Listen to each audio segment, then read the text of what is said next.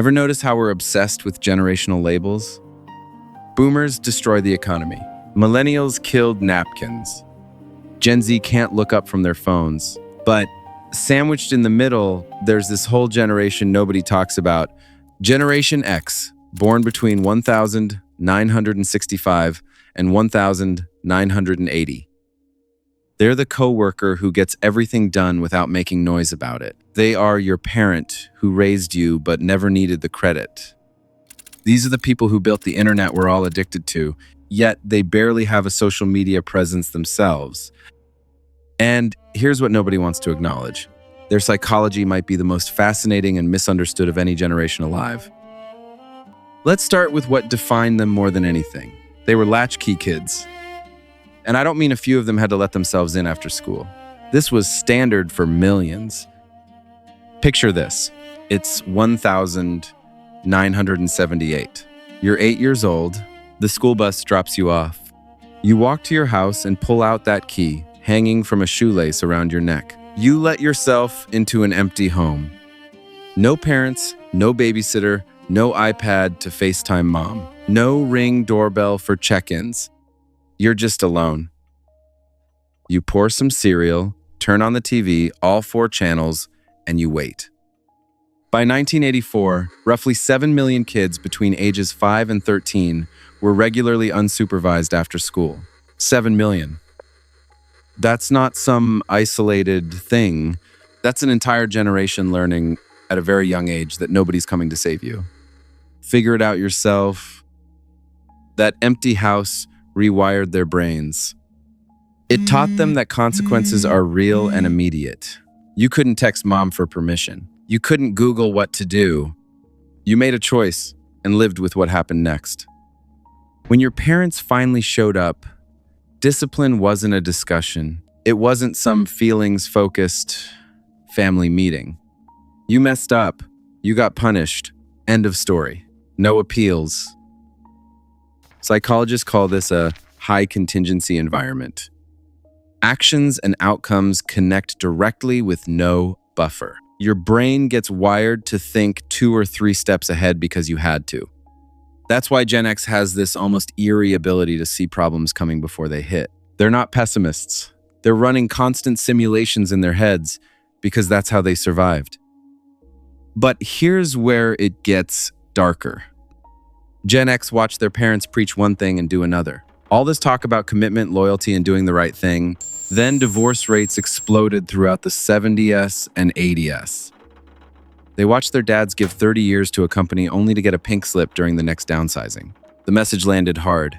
The system will betray you. People will let you down. Promises are worthless. Psychologists call it defensive pessimism, but Gen X just calls it Tuesday. They hope for the best, sure, but they plan for the worst. In their experience, the worst shows up pretty regularly. This isn't cynicism, it's pattern recognition. It created this emotional armor that makes them seem detached, when really they're just protecting themselves from inevitable disappointment. This is exactly why you barely see them on social media. It's not because they don't understand technology. Remember, they built most of it. It's because they grew up when privacy was normal. When you did something embarrassing as a teenager, maybe 10 people knew. Maybe it came up at one party, but it didn't live forever on the internet. There was no permanent record of every stupid thing you said or wore. To Gen X, broadcasting your life online doesn't feel liberating. It feels dangerous, exposed, and vulnerable. They learned early that the less people know about you, the safer you are. So, they watch, they lurk, and they observe. But they don't participate. Not because they can't, but because they remember what privacy felt like. And they're not giving it up for likes. Then there's the irony. Gen X weaponized ironic detachment. Everything's a joke. Nothing's that serious. Keep it light. Keep moving. Don't let anyone see you care too much. Where did this come from? Try growing up during the Cold War. They did nuclear fallout drills in elementary school. Teachers calmly explained how to duck under your desk when the bombs dropped, as if plywood would protect you from thermonuclear war. Adults acted like total annihilation could happen any random Tuesday. But also, don't worry, everything's fine. When you're raised in that kind of split reality, you learn to hold contradictions. You learn to laugh so you don't scream. You keep distance from everything because attachment feels like setting yourself up for pain. But despite all this, the neglect, the instability, the constant mixed messages, Gen X developed one of the most interesting work ethics of any generation. They don't talk about it. They don't post LinkedIn manifestos about hustle culture. They just show up and do the work. This was forged early through jobs that seem prehistoric now. Paper routes at 5, 0 inches the morning where a 1-2-year-old was responsible for the news, bagging groceries, running registers where you had to calculate change in your head when the system went down. These weren't resume builders. They were raw, unfiltered introductions to adult responsibility. They watched their parents get destroyed by corporate America, so they never believed in company loyalty.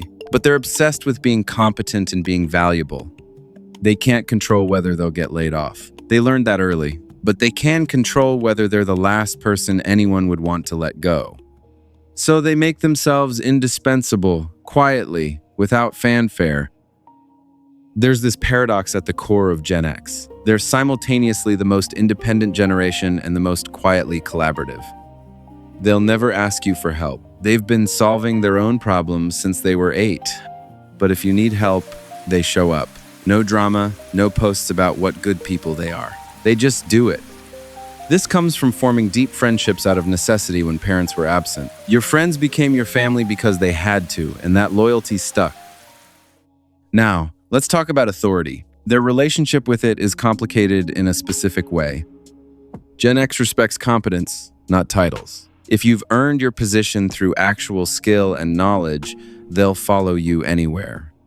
But if you're just some executive who talks well but doesn't know what they're doing, zero patience. They will quietly undermine you while smiling to your face. They question authority because they watched incompetent authority figures make catastrophic decisions their whole lives. Watergate, Iran-Contra, the AIDS crisis handled with criminal negligence, Vietnam, and economic policies that gutted the middle class. They learned young, people in charge don't necessarily know what they're doing, and blind obedience is for suckers. Economically, Gen X got hammered repeatedly. The oldest graduated into a recession. The middle ones got hit by the dot-com crash. The youngest came of age right as 2008 nuked the economy. They've been economically traumatized over and over, which is why so many have multiple income streams. Not because they're naturally entrepreneurial, but because they've learned viscerally that nothing lasts. Every job is temporary. Every company will eventually screw you. Diversify or die. This created psychological baggage. Research shows Gen Xers report significantly lower rates of seeking social support during stress.